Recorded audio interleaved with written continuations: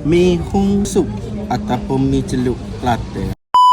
Saya mari di Patah Dasar, Kota Baru, Kelantan. Patah Dasar ni dia sebelah dengan Patah Sabok dah. Lama orang tak tahu Patah Dasar ni dia tukar Patah Sabok ke Patah Dasar. Patah Dasar ni dia tengok ada batu-batu banyak tu je lah. Tapi bukan nak mari Patah saja, nak mari kedai Misuk Kak Zah. Pak habis saya duk mari seumur lah dengan keluarga habis saya.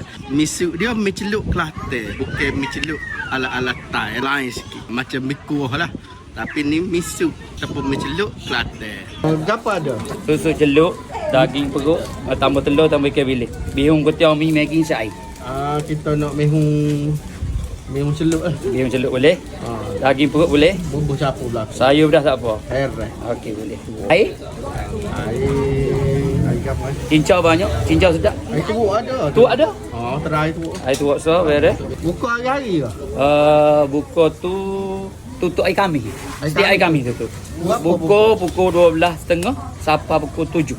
Sampai pukul 7. Maghrib.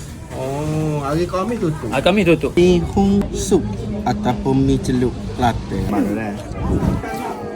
Tegau.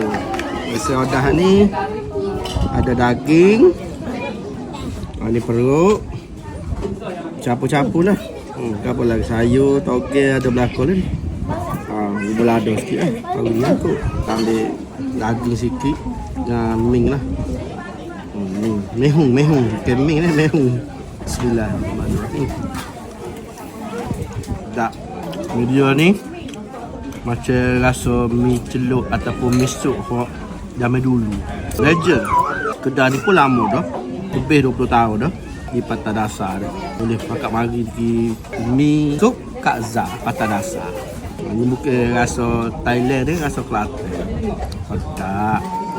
Tuk dia pun sedap. Cukup rasa. Makan mi celup ataupun mi sup di Patah Sabok ni, habis saya order air tuak ataupun air nira. Tuaknya ni. Tuaknya ni. Sedap. Tuaknya ni tuak daripada Pulau Gajah. Dekat ni lah. Pulau Gajah dekat Patah Sabok. Ataupun boleh cari di pada Polo Mumi. Situ kat kawasan pada Polo tu banyak juga jual air tu. Kata di Pulau Gajah. Sedap manis dah ni. Penuh dengan minyak tu. Hujan dia.